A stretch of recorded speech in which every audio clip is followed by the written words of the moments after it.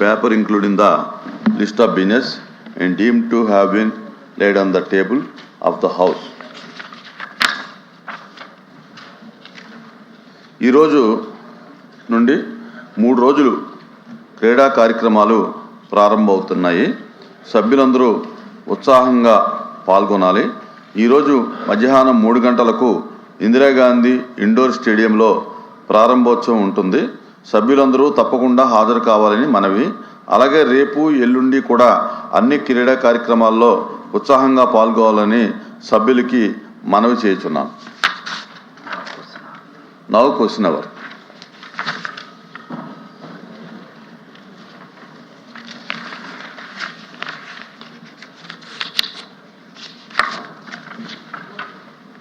Question number 14192, Shrimati Anitha Vangalapudi, minister for home.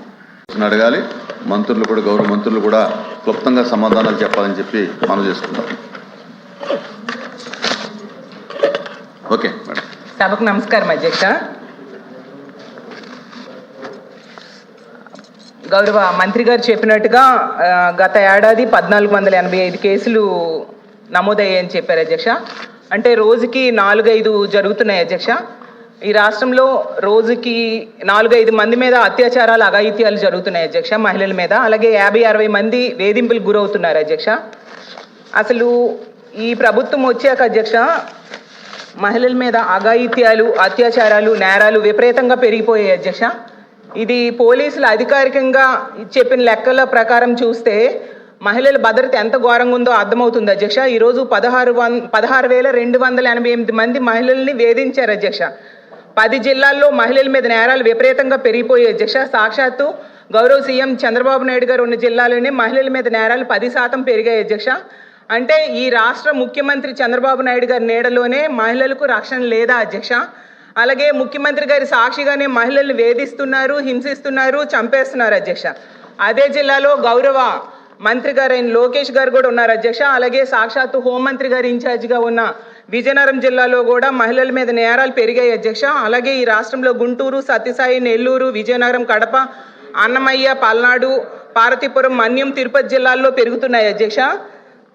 మహిళలను వేధించే వాళ్ళను, పిల్లలను అత్యాచారం చేసే వాళ్ళకు అస్సలు భయం లేకుండా పోయింది అధ్యక్ష. నిజం చెప్పాలంటే వీటిలో ముఖ్యంగా అత్యధిక కారణం గంజాయి, డ్రగ్స్, వీటి మత్తులో చేస్తున్నారు అధ్యక్ష. మన హోంమంత్రి గారు అయితే ఏకంగా గంజాయి లేదని చెప్పేశారు అధ్యక్ష. కానీ ఈ సభ జరుగుతున్న టైంలోనే మొన్న మదనపల్లిలో చూసాం అధ్యక్ష. గంజాయి, మద్యం మత్తులో 7 ఏళ్ల బాలికను అత్యాచారం చేసి హత్య చేసేసి తన ఇంట్లో డ్రమ్లో పడేశాడు అధ్యక్ష. ఒక క్రూర మొగం అలాంటి వెధవల చేశాడు అధ్యక్ష. అయితే ఎంత దారుణంగా రాష్ట్రంలో గంజాయి, డ్రగ్స్, కల్తీ మద్యం ఏరులై పారుతుందంటే దానికి కూడా లెక్కలు చెప్తాను అధ్యక్ష. ఈ NDPS కేసెస్ చూస్తే షాక్ అయిపోతాం అధ్యక్ష. దాన్ని బట్టి అర్థమవుతుంది ఎంత దారుణంగా ఈ రాష్ట్రంలో పెరుగుతున్నాయి అనేది. శ్రీకాకుళం జిల్లాలో ఏకంగా 213% గ్రోత్ ఉంది అధ్యక్ష.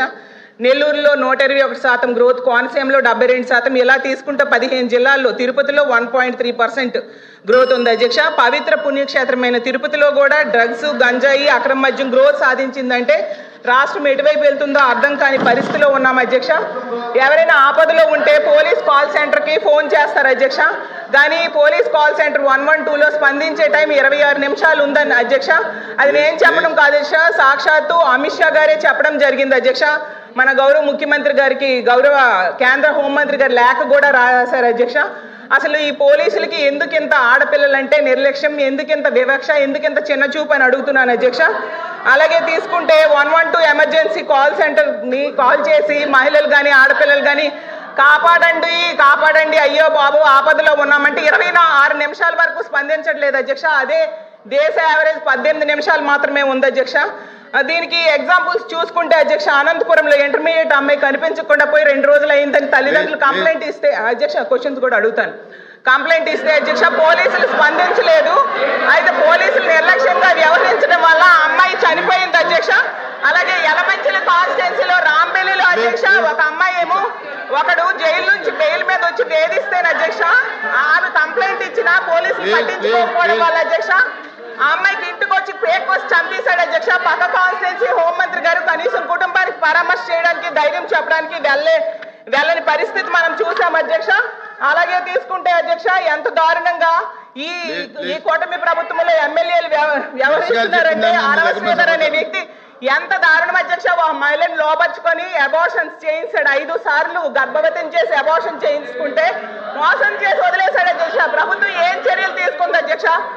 సాక్షాత్తు సీఎం గారికి, డిప్యూటీ సీఎం గారికి, అలాగే ఎస్పీకి పోలీసులు కంప్లైంట్ ఇస్తే ఎవరు పట్టించుకోలేదు అధ్యక్ష. కానీ ఆవిడ మీడియా ముందుకు వచ్చి ఎన్హెచ్ఆర్సీ ఫిర్యాదు చేస్తే మేడం ప్లీజ్ ప్లీజ్ ప్లీజ్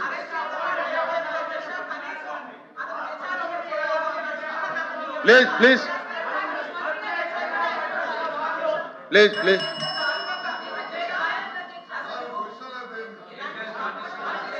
అమ్మా కళ్యాణ్ గారు మీరు వినిపించుకోవాలి.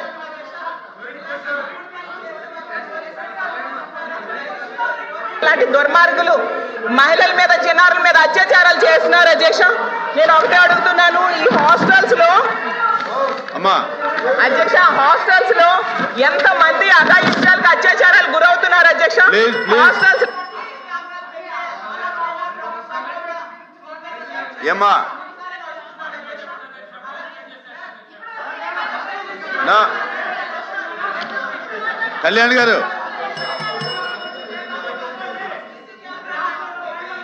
నా ఇప్పుడు మీకు అవకాశం వస్తే మీరు అడగదలుచుకున్నది తప్ప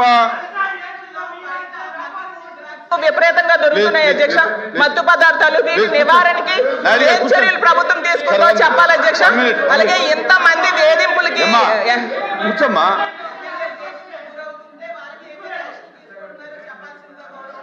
please please please please please please please please కూర్చో.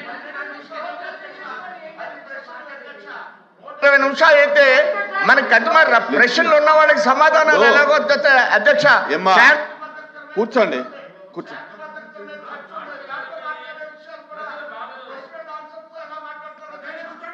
ప్లీజ్ ఇప్పుడు అమ్మా ఇనమ్మా కూర్చోమ్మా కూర్చో. ఇప్పుడు అలా కాదు, ఇప్పుడు ఇది క్వశ్చన్ అవరు, మీరు క్వశ్చన్ వేశారు, మంత్రి గారు సమాధానం చెప్పారు.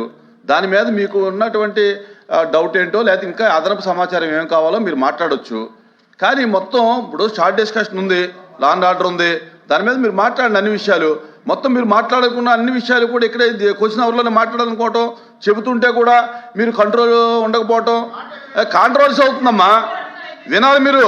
మీరు దయచేసి మీరేమో మాట్లాడినట్లేదు, లేకపోతే మాకు అవకాశం ఇవ్వట్లేదు అంటారు. అవకాశం ఇస్తేనేమో ఈ రకమైనటువంటి కంట్రోల్ ప్రసంగాలు చేస్తే ఎలాగా?